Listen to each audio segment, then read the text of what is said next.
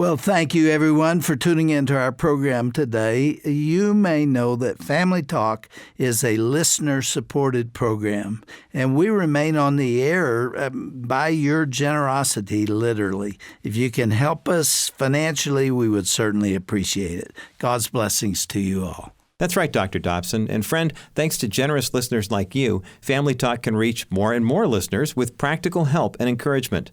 To support Family Talk with your best gift, go online to drjamesdobson.org or call 877-732-6825.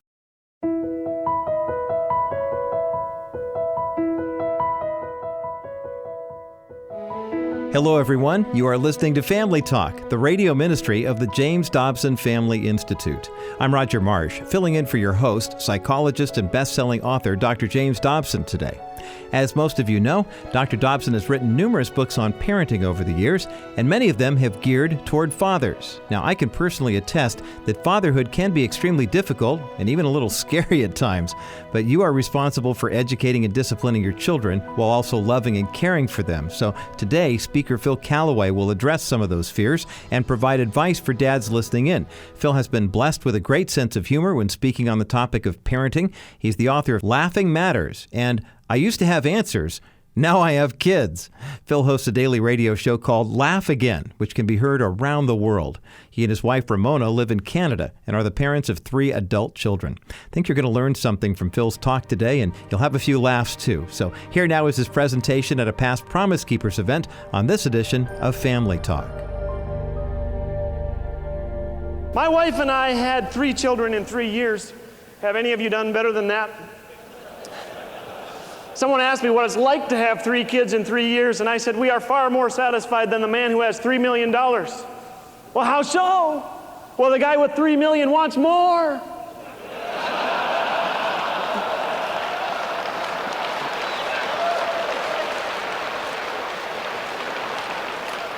We could not be more thankful for our kids. I really mean that. In some ways, I think that our children teach us more about God than we teach them about God sometimes. Don't you agree?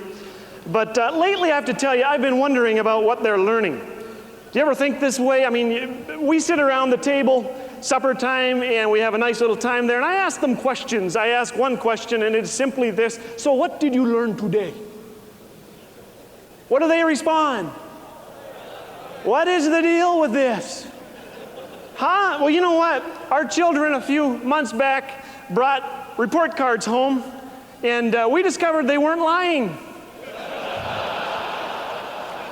Here are some actual things that children are learning at school, things that they have written on tests. Benjamin Franklin invented electricity by rubbing cats backwards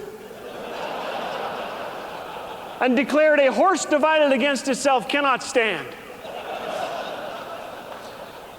Queen Victoria was the longest queen. She sat on a thorn for 63 years. Handel, the famous composer, was half German, half Italian, and half English. Beethoven was so deaf he wrote loud music. Shakespeare, you may not know some of these things. Shakespeare was famous for writing and performing tragedies, comedies, and hysterectomies. Christopher Columbus circumcised the earth with a 100-foot clipper.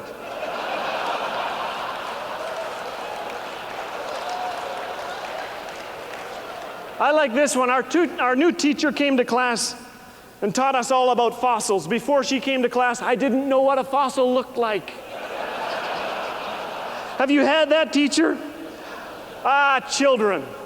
They learn interesting things in Sunday school as well, you know. Here are a few of the things they're learning. The first commandment was when Eve told Adam to eat the apple. Solomon had 200 wives and 700 porcupines. The golden rule says to do one to others before they do one to you. A Christian should have only one wife, wrote a little guy. This is called monotony. And my personal favorite, Lot's wife was a pillar of salt by day and a ball of fire by night.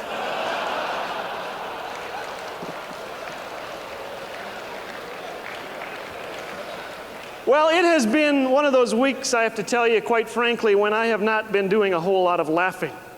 People have come into my office, things have come into my life, and they've made me wonder if there is really any hope at all for our world. I've been talking with Christian dads this week, and we both asked ourselves, is there hope for the next generation? Flip on the TV set, open your newspaper, and it makes you wonder, doesn't it? Do you ever worry about your kids? Do you ever wonder about the next generation? I received a letter from Dave in Moose Jaw, Saskatchewan. I want to read it to you. Dear Phil, I've enjoyed reading your books, but I really hope you're exaggerating when you tell stories about your children. You see, my wife is due in a month, and I'm a little frightened. No, I'm a lot frightened. In fact, sometimes I'd give anything to back out. I'm 21, and it's like my life is over. Friends of ours had their first child a year ago, and they've hardly slept since. They think he's the cutest little guy on earth. I think he looks like E.T. He requires more maintenance than their pickup truck, and he's already made a serious dent in their savings account. The husband changes diapers with a clothespin on his nose. And I'm sure I'll be worse. I won't have a clue what to do when the baby arrives. I haven't picked up a kid in my life, and I'm scared to death I'll drop this one. I want to ask you, Phil, is there hope for me? Is there hope for my child? And also, did you feel pretty adequate for the task when you became a father? What can I do to prepare for fatherhood? Please answer and please hurry. Signed, Dave. Well, here's my response. Dave. When I was your age, fatherhood was the farthest thing from my mind. I was a newlywed who had good reason to be suspicious of children. My older brother had a few. In fact, one Thanksgiving dinner, I watched them put peas in their ears and corn in their diapers. It was disgusting. They blew pablum out their noses, and then they wanted a kiss. And you guessed it, their mother gave them one. That afternoon, as I lay peacefully on the sofa, sleeping off a turkey hangover, my 1-year-old nephew brought a ripe diaper to rest on my forehead. I made a vow that day, Dave, I will have children just as soon as cows produce Coca-Cola. But 4 years later, my wonderful wife said, honey, let's have kids, tons of them. And it sounded like a good idea at the time. May 31st, Dave, was a Saturday. My friends played softball that day. I paced a hospital hallway with my wife, or at least I think it was my wife. But whereas Ramona had always been rather sweet and soft-spoken, this woman was more like Attila the Hun in a hospital gown. Rub my back, she commanded. I pulled out that tennis ball. Don't touch me, she hollered. This continued for what seemed like 14 years,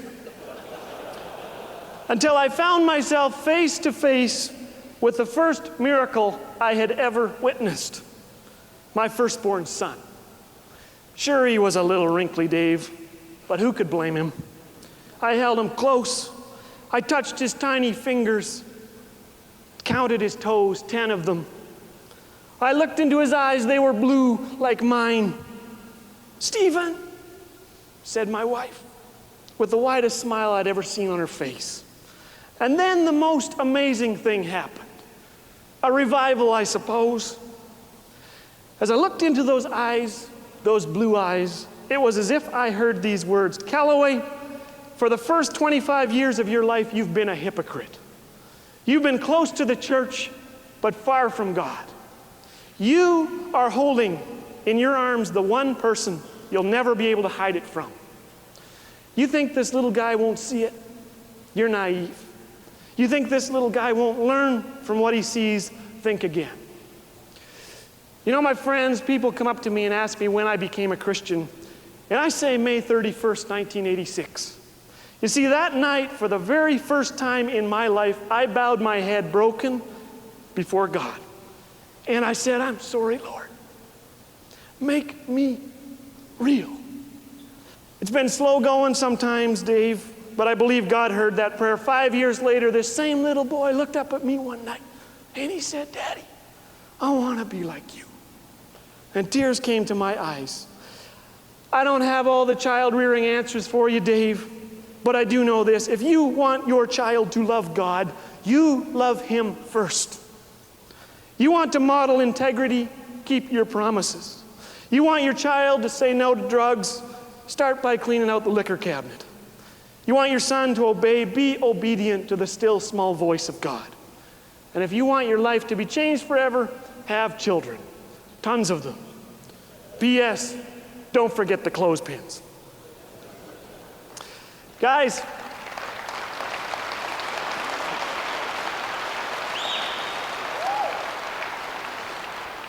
Nietzsche, the famous philosopher, gave up on Christianity not because of a lack of evidence, but because of a lack of a role model who was real.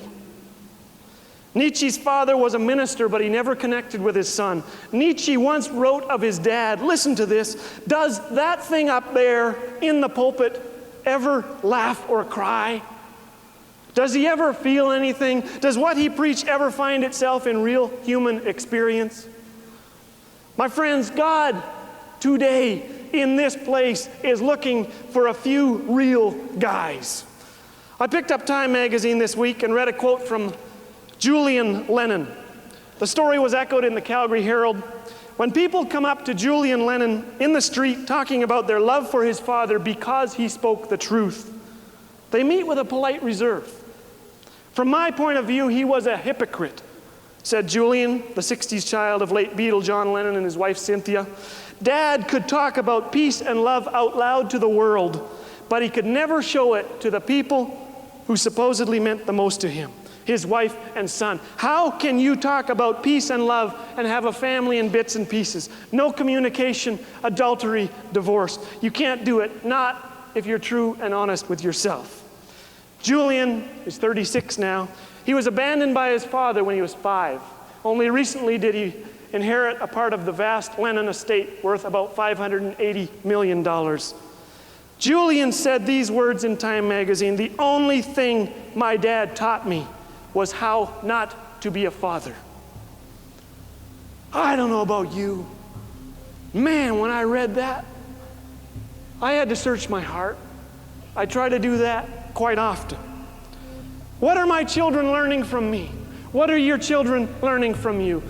One day, will my child say, my dad was a hypocrite? Or will he say, my dad wasn't perfect, but he was real? I tell you, I'd like to hear those words, wouldn't you? You're listening to Family Talk, and I'm Roger Marsh, just jumping in for a brief moment here. From all of us here at the Dr. James Dobson Family Institute, we thank you for listening today and for making us a part of your day each and every day. Of course, we are a listener-supported Christian radio program, and it's because of you and your prayers and your faithful financial support that we're able to bring quality content to you and your family each and every day. Now, to find out more about how you can support the JDFI, visit drjamesdobson.org, drjamesdobson.org. And now, let's return to the program right here on Family Talk.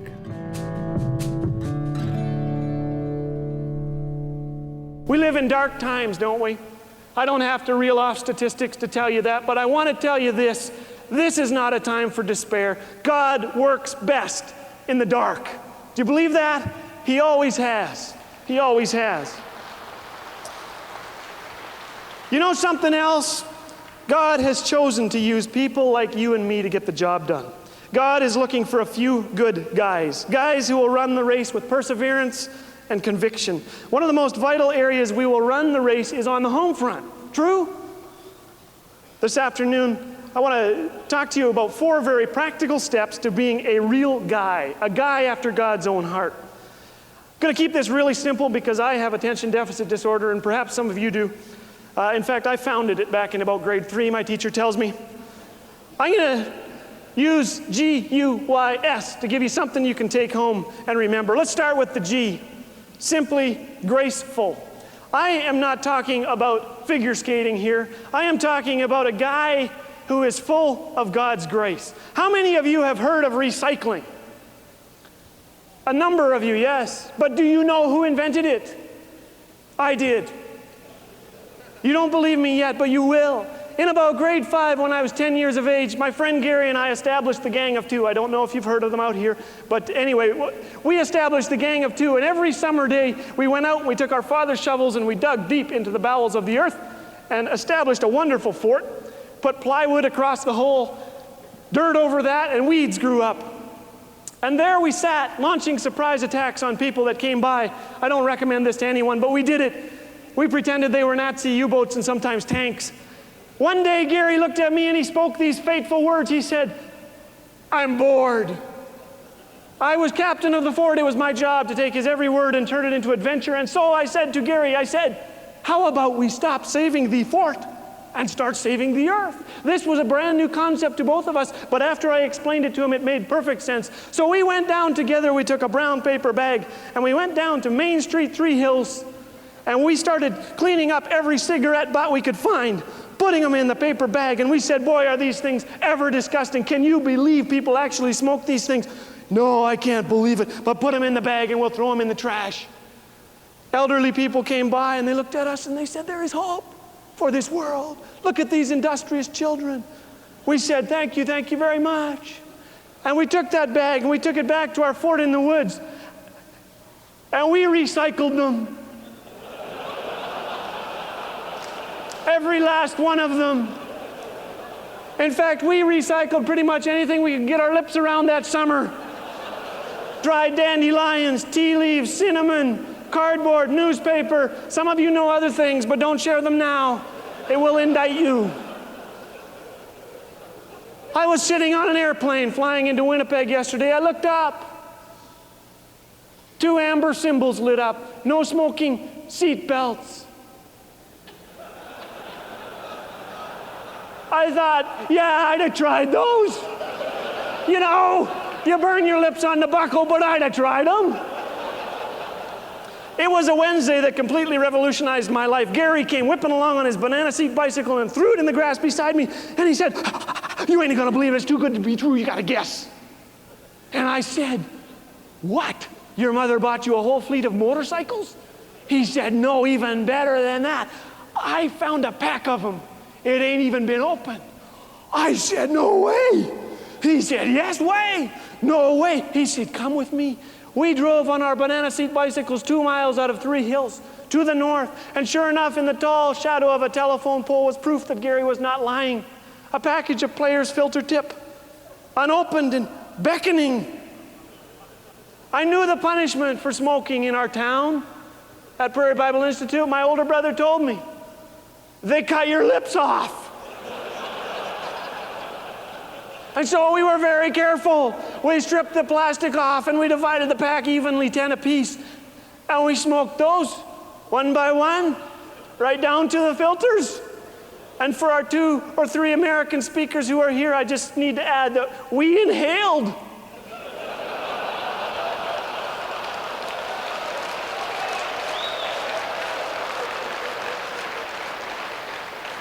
We stood to our feet.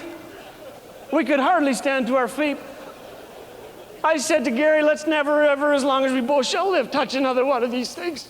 We took tobacco-stained hands on it, and I suggested also that we go back to the non-smoking zone. We had to push our bicycles. We could not ride them. Half an hour later, Gary's mother was standing outside the family restroom wondering who had established a tobacco plantation on her property. Without securing permission, she opened the bathroom door and there was Gary in the bathtub, caught yellow-handed. All he could say was, I was smoking. But my friends, I was older, I was wiser. I knew that as ye smoke, so shall ye reek. And so, in an effort to keep the consequences of my own sins at bay, I sneaked silently up our back step, in the door and into the bathroom. And there I found a medicine cabinet. You've seen one? Opened it. Do you remember spray deodorant? Right Guard, large can. I finished it. Full tube of toothpaste. I finished that too. And I was finally able to approach my parents. My son, you smell nice. Thank you. Thank you very much. And that night I crept into bed, a satisfied smile stuck to my face. No one will ever know. My mother came into my room, opened the window, got some air going in there. And then She sat down on the bed and she said these words to me. She said, "How did it taste, son?" I said, "Supper was very nice, Mother. Thank you very much." She didn't skip a beat. She said, "When I was a little girl, my grandpa let me smoke his pipe. I didn't much like it. How about you?" I said, "Me neither, Mom." And I closed my eyes and I put out my lips because I knew the punishment. She could have cut my lips off, I suppose. She could have at least spanked me. This had been done before.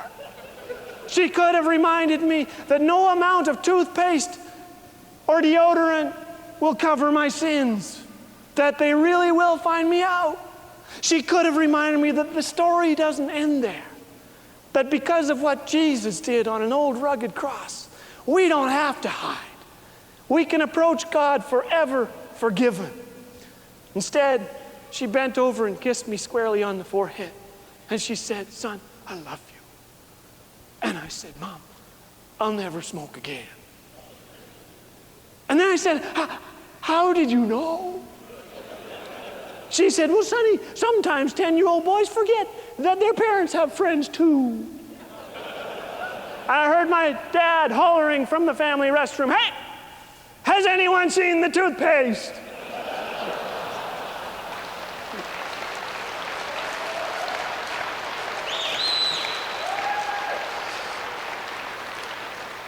Guys, you do not have to be a mother to be full of grace. Amen? Dads who experience God's grace in their lives pass it along to their children. I'm not saying we don't discipline our kids. We do.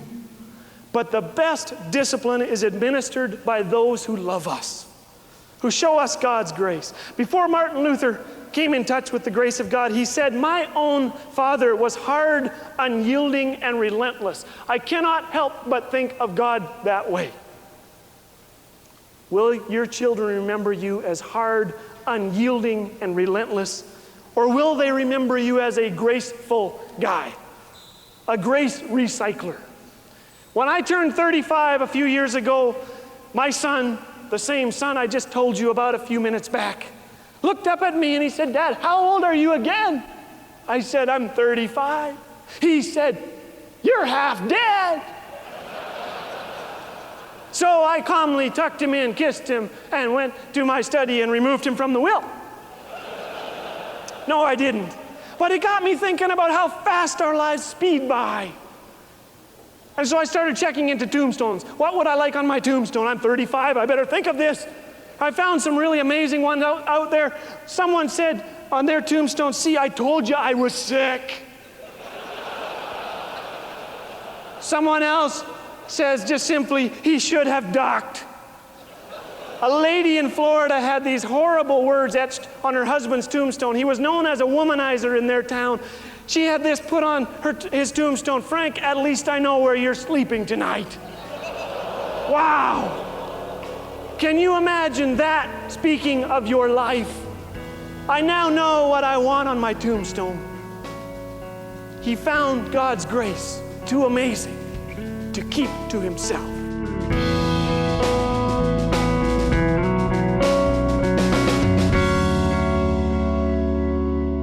This is Roger Marsh, and I've been sitting in behind the microphone for Dr. Dobson today, and I hope that you have appreciated this presentation from author and speaker Phil Callaway here on Family Talk. Learn more about Phil and his radio program, Laugh Again, by visiting the broadcast page at drjamesdobson.org. There you will find a link to his website, and you can also look through the books that he's written while you're on his site as well. Go to drjamesdobson.org and then click onto today's broadcast page for all that information. While you're online, be sure to jump over to our blogs page and read through our various entries there as well. Our writers tackle a wide variety of issues, including parenting, dealing with trauma, and evangelism. So if you're searching for more godly content, fill your day with our blogs at drjamesdobson.org. Well, that's all the time we have for today. Thanks again for listening. Be sure to join us again tomorrow for another edition of Dr. James Dobson's Family Talk. I'm Roger Marsh. Have a great day, everyone.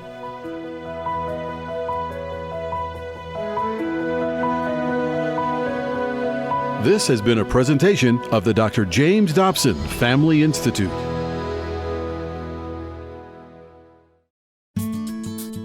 Hey everyone, Roger Marsh here for Family Talk. Where can you go to receive support and advice for you and your family? Family Talk interacts with millions of people every day with inspiring advice and tips from Dr. James Dobson on what matters to you the most. Whether it's marriage or parenting, you can be sure our Facebook page will keep you updated with how your family can succeed. Join us each day for the latest broadcast, resources, and inspiration. Nowhere else can you hear a thought of the day from Dr. Dobson, as well as a special message before you say goodnight. Now, you can be sure that every post on our page is created with you and your family in mind. So please take the time to visit us and become part of our online community at facebook.com/Dr. James Dobson's Family Talk. That's facebook.com/Dr. James Dobson's Family Talk.